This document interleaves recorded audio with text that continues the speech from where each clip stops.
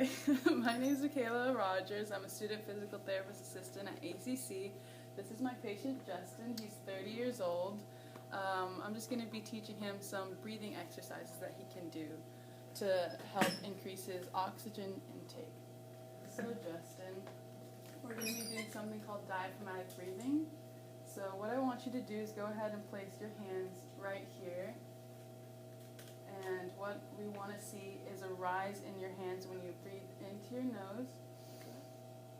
And then when you breathe out of your mouth, you want to see your hands fall. Just like that. So go ahead and try and do that for me. Perfect. You can go ahead and do that a couple of times to get used to that. So another thing we can do in combination with diaphragmatic breathing is something called pursed lip breathing. So Justin, what I want you to imagine when you're breathing out, imagine blowing a candlelight, but I want it to just flicker and not for you to blow it out completely. So go ahead and do that diaphragmatic breathing. Breathe in through your nose. Now try and...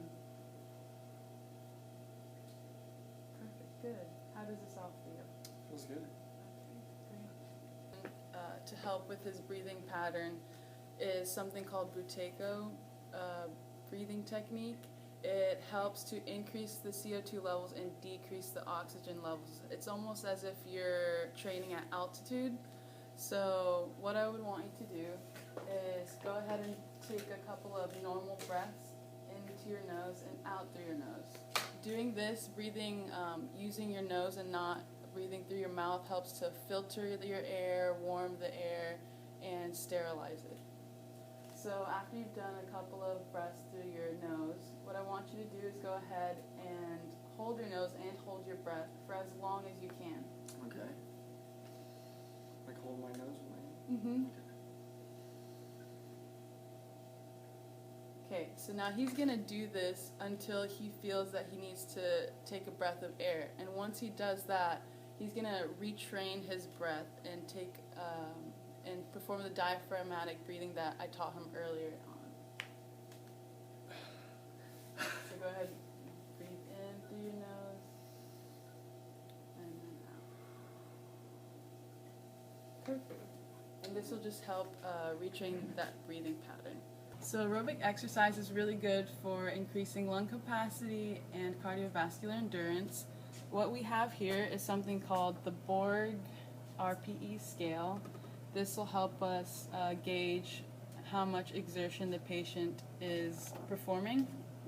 Also, what is very important is taking vitals before, during, and after the aerobic exercise. So, go ahead and put this on your finger.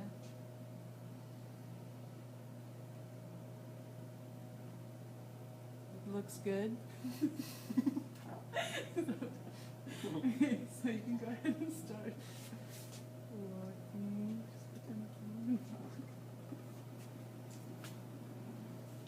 So Justin, how do you feel right now? I'm a 13. 13, that's a great number to be at. Keep up the good work.